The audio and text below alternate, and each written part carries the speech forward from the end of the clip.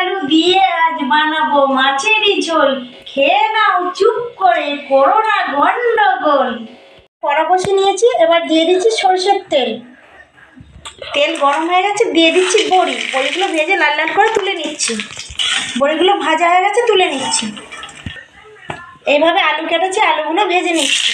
দিয়ে দিচ্ছি অল্প একটু হলুদ গুঁড়ো, অল্প একটু লবণ। আলু লাল লাল করে ভাজা হয়ে গেছে, তুলে নিচ্ছি। এখানে আমি 4 পিস মাছ নিয়েছি। হলুদ গুঁড়ো, লবণ দিয়ে মাখিয়ে নিচ্ছি। এবার তেলেতে আমি মাছগুলো ভেজে নিচ্ছি। মাছটা লাল লাল করে ভাজা হয়ে গেছে, তুলে নিচ্ছি। এখানে আমি কাঁচা লঙ্কা, পেঁয়াজ, আদা, রসুন পেস্ট করে নিচ্ছি আর টমেটোকে পেস্ট করে নিচ্ছি। এটা দিয়ে দিচ্ছি। মশলা থেকে তেল ছেড়ে গেছে, দিয়ে দিচ্ছি হলুদ গুঁড়ো, লঙ্কার গুঁড়ো, জিরের গুঁড়ো। ভালো করে মশলাটা কষে নিচ্ছি। নিয়ে দেবো। মশলা থেকে তেল ছেড়ে গেছে, আলুগুলো দিয়ে ভালো করে কষে নিচ্ছি। আলু ভালো করে কষানো হয়ে গেছে, দিয়ে দিচ্ছি বড়ি। ভালো করে মশলা আলু ফালু সব কষানো হয়ে গেছে, দিয়ে দিচ্ছি জল। দিয়ে দিচ্ছি স্বাদ মতন লবণ।